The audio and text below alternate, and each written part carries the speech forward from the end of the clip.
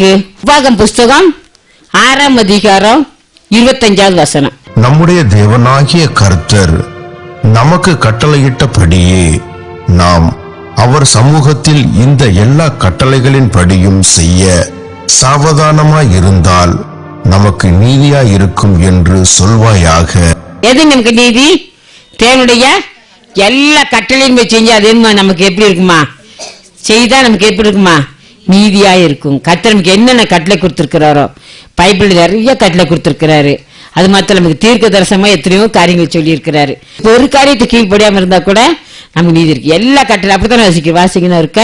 நம்முடைய தேவனாகிய கர்த்தர் நமக்கு கட்டளையிட்டபடியே நாம் அவர் சமூகத்தில் இந்த எல்லா கட்டளைகளின் படியும் செய்ய சாவதானமாயிருந்தால் நமக்கு நீதியாயிருக்கும் என்று சொல்வாயாக. ஆண்டு கேட்டு கேட்டு எல்லா கட்டளையுமே செஞ்சா நம்ம நீதியா இருக்கும். இறுதி என்ன செய்ய? நீதினால சிறப்படுறது நல்லது. நீதினால் சிறப்பட்டிருப்பாய் அப்படின்னு சொல்லி வேதத்துல வாசிக்க கேட்டோம். நம்ம இறுதி நீதினால் சிறப்படுன்னு சொன்ன நம்ம எல்லா கட்டளையுமே நடக்கணும்.